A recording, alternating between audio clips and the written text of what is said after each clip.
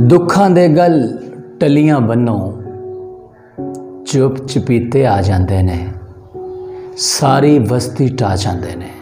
चढ़ते ते लैंदे पंजाब दे सजनों बेलियो मित्रों, अस्सलाम वालेकुम, सत श्री अकाल।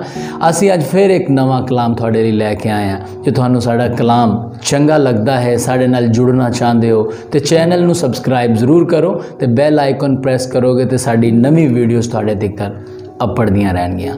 एक नज़म है कि टुरदियाँ फिरदियाँ कबरां किस तरह साढ़े इस मुआशरे दे विच अपना अक्स विखांदियाँ ने ते सानू डराउंदियां ने।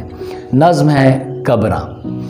ते अपने आल दवाले मारां जेड़े पासे नज़रां, अपने आल दवाले मारां जेड़े पासे नज़रां, उधर कबरां इधर कबरां चारे पासे कबरां।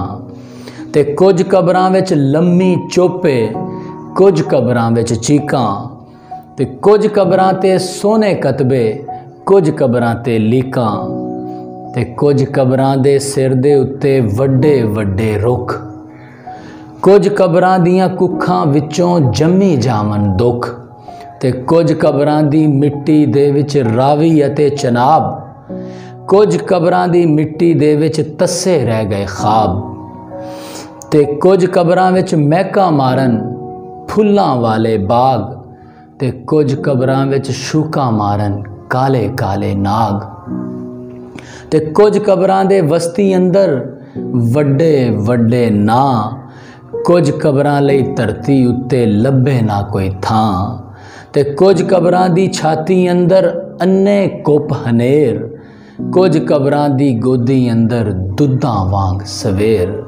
अपने आल दवाले मारां जेड़े पासे नज़रां, उधर कबरां इधर कबरां चारे पासे कबरां। बहुत शुक्रिया। मैनू उम्मीद है तुहानू साड़ी शायरी पसंद आएगी, साड़ी वीडियोज़ पसंद आएगी। अपनी राय सानू ज़रूर देना, उहदे लई तुसीं सानू कॉल मैसेज भी कर सकते हो साढ़े नंबर ते, या तुसीं सानू कमेंट्स च भी दस सकते हो। जिउंदे रहो जी।